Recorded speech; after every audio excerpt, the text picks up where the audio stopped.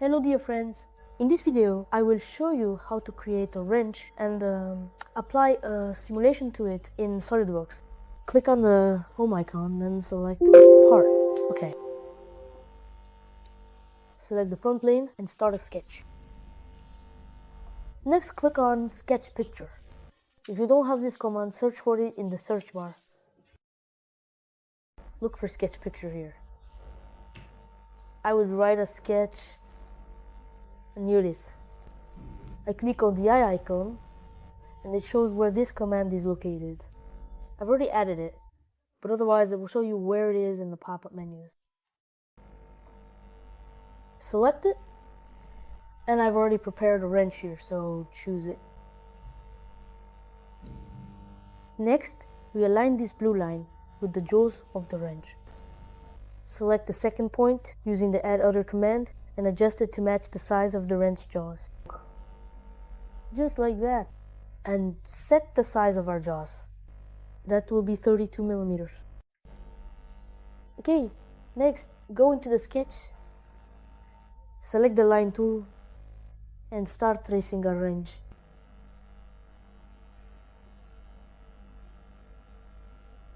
Trace the outline of the wrench so that we can extrude it later.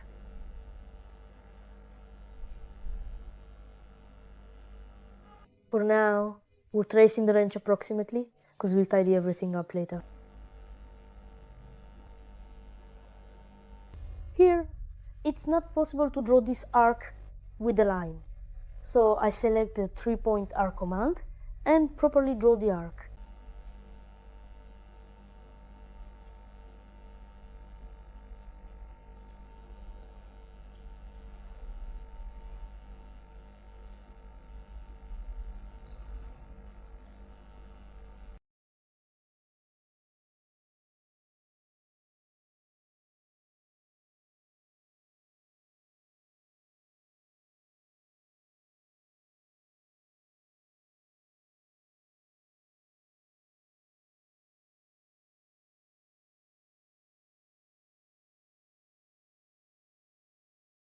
Select the tangency relation and adjust our line to match the shape of the wrench.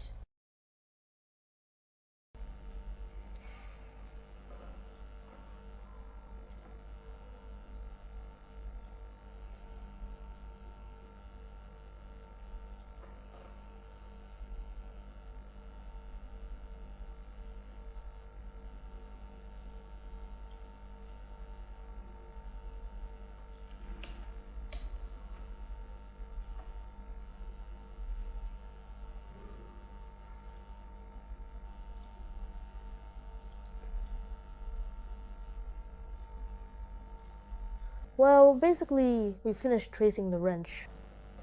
Now, let's add a fillet here. Probably 1 millimeter. 1 millimeter isn't enough. 3 millimeters. Just like that. And do the same on the other side. Excellent. Let's check to make sure everything is roughly like the reference. There we go.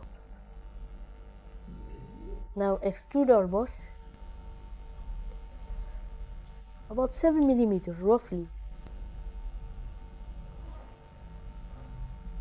Okay, so we've got this kind of blank for the wrench. Here we draw a sketch. We go into our extruded boss and display this sketch. We hide the boss and select the arc, and from here to here we draw an arc.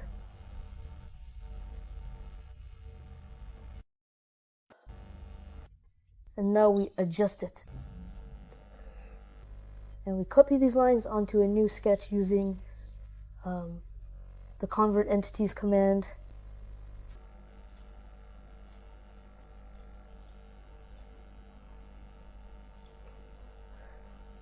And click on the convert entities command.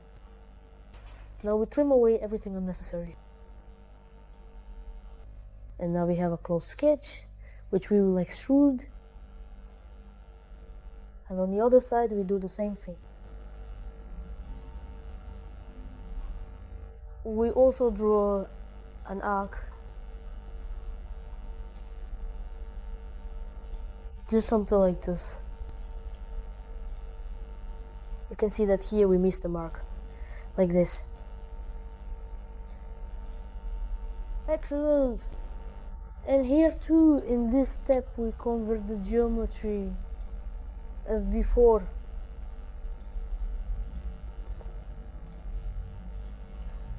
We convert and trim the excess. Just like that. We go to the extruded boss feature and extrude them about 2 millimeters. No, 2 millimeters is too little. By 3 millimeters, we extrude them by 3 millimeters. Let's display our boss and take a look. Yes, 3 millimeters is enough. And in the last extruded boss, we'll do a merge result. Merge result means to combine the objects. Next, we hide our lower sketch so it doesn't get in the way, and we add a fillet here. A fillet here. A fillet here. And do the same on the other side. That's fine. Excellent. Next, I select this plane and create a sketch on it. I simply hide our boss and display the sketch. Locate. Now draw this is the slot. Select the line and start tracing it. So here we try to draw an arc, but we see that the arc can't be made here. That's why we select arc through 3 points and create the arc. Just like that. And then we draw a line up to here. And here I'll try to make the arc into a line. Like this. And we close them off. I make this line and this other line perfectly parallel. I'll make this a bit smaller, basically adjusting it to match the shape of this slot. Here we'll make it tangent. Just like that. And carefully repeat the same thing on the other side as well. Excellent work, you're doing great, keep it up, just like that. Wonderful. Now let's make the cutout for our part. Now let's meter our part. And now we make an extruded cubby, a millimeter, 2 millimeters. Excellent. We hide the sketch. And now, at this point, we're just going to add a fillet to this protruding cup right here. For clarity, as you can see, we add the fillet here and on the other side as well. Well, 10 millimeters should be enough. Excellent. Next, we select the plane here, but we don't create a sketch. Control 8. We hide the boss and display the sketch. Now we draw a center line on which we will create the numbers. Roughly where the base of our numbers begins. We select the text command and type in 32. With these commands, we rotate the numbers or letters as needed.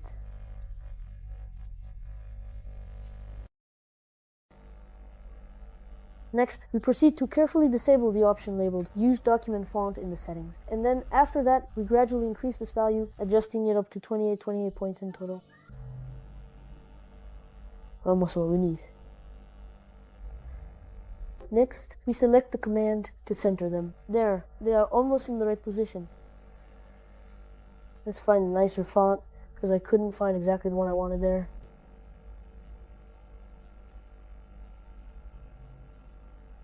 Let's probably just pick a font.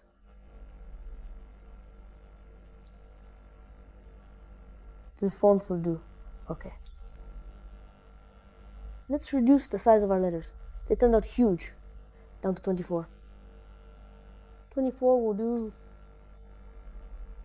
Okay. Then we do the same with the other numbers. Let's draw another central line. And we'll create text on it as well. Here's the 9. We'll change the orientation. In the center, that's right. And the size, points in 24. We could even use 28. Next, we create the same font, just as we have done previously. Let's find it together. Here it is. Okay. It turned out almost the way we need. Okay. Next, let's draw that strange squiggle. So like this. Now we draw a little circle right here. And with the squiggle, we apply an offset. Offset, reverse the direction by 1 millimeter. Excellent, that's exactly what we need. And we close the contours. So here we go. Next, we draw the axis line again.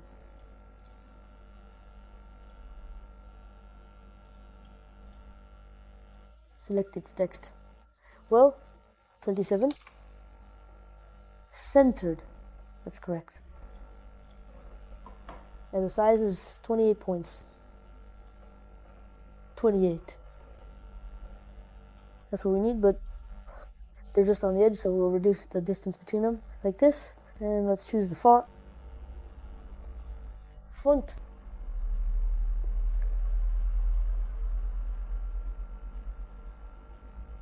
This is the font. Okay. And let's reduce their size a bit. 24. Excellent. Okay, let's move the line a little higher. There. That's it. Now, at this particular stage, we can go ahead and very carefully extrude them by exactly 1 millimeter, making sure to do so with care. Yes, by 1 millimeter. Okay. We display our boss and set our numbers to merge result. Excellent. Next, we'll create a plane in the middle of the part for subsequent mirroring. Reference geometry plane. And now we select 2 planes to create a central plane. There, the middle plane is highlighted. Now we'll separate what we need to mirror. Let's uncheck the merge result box for our numbers. Okay. And now, in order to create the mirror image, we need to detach our jaws from the part. We go to the split command, select our plane, and choose what we want to cut bodies, and we select everything we need. Okay. Mirror. We carefully select the bodies, and we thoughtfully choose these bodies to mirror, with great care and attention at every step. We select the plane and click OK, and it has created the mirror image for us. Then we mirror the cutout. We remove it. We remove the plane. Okay, the cutout has been mirrored. Next, the numbers. The numbers. That's not the right plane, the wrong one was selected. This is the plane, and here are our numbers. Okay. Next, go to Insert Structures Combine and merge all our pieces into one part. Join the lines.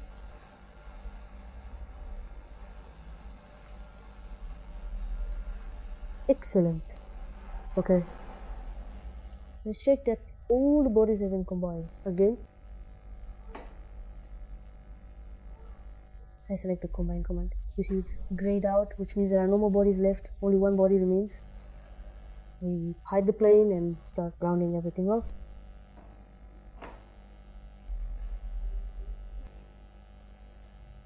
We remove this edge and the other edge.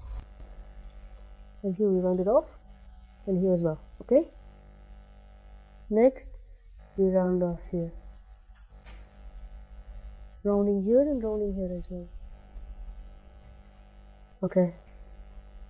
Everything is rounded. Now let's round the numbers themselves. Fillet. And set their size to, well, 0.5. Again, that's too much. 0.3. Well, 0.3 millimeters is just right for our needs. And we carefully apply the rounding here on this side and also on this side, making sure everything is precise. Remove the edges. Continue selecting your fillet. So, like this. And the numbers, enter. It rounded them. Now let's round off this sharp tip fillet.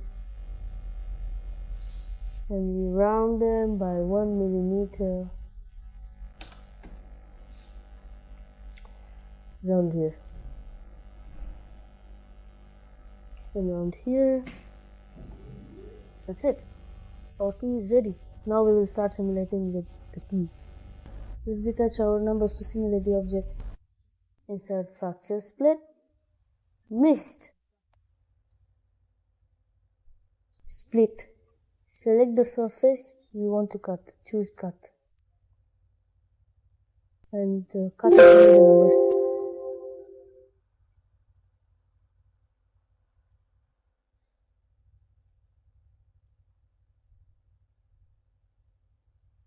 There. Okay. I see this little knob doesn't have a fillet, so let's add one at 0.3 millimeters.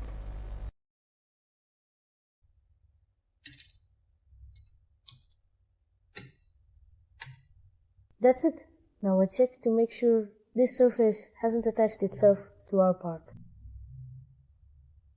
No, it hasn't attached. Now let's hide our numbers.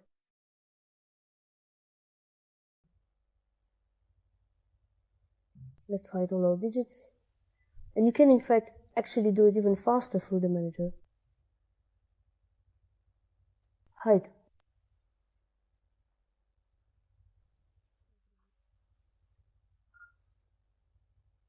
And hide this one too. Only our key remains. You see, on the other side they're attached as well. Repeat the command. Right click, you can select Reset Commands, and then split. Here, just like that. Remove our digits.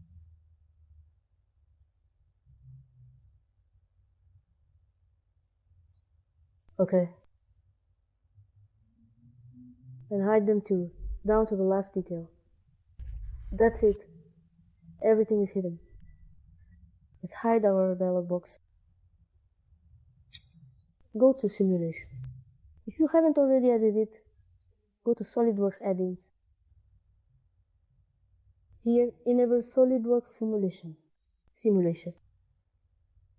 New simulation. Here we have a static simulation, and that's what we need. Okay? Next, in this dialog window, we need to carefully select the option labeled Fixed Geometry from the list of available choices, ensuring that this setting is applied. After that, we proceed to choose and highlight the entire inner edge of the shape, making sure that every segment along the inner boundary is included. Okay? Then here, in this dialog, we select Force, which is the force and where it will be applied. Select this plane right here, and we select 200 newtons, which is equivalent to 20 kilograms. Okay? Select the material.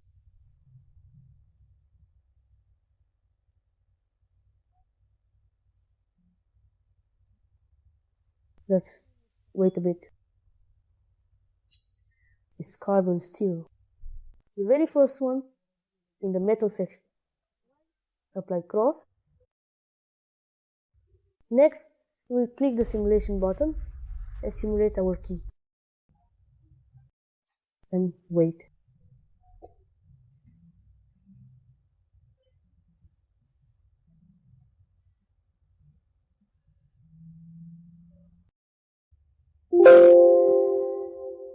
you go. Our key has bent. You can even watch an animation of how it bent.